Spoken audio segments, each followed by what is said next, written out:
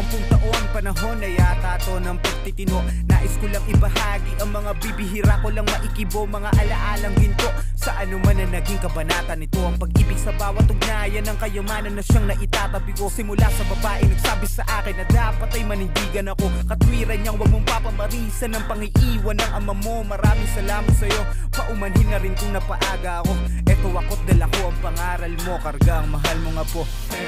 Wala mang haligi, lubos ang tiyaga mo sa akin. Sa paghalili nyo na parating, nariyan lang mag-isa mga tiyahin. Sa lola at nobya ko nagtiis sa akin, perwisyong kung susumahin ay kasing dami rin ang sakripisyo nyo nga pasaway na to'y mas unawain.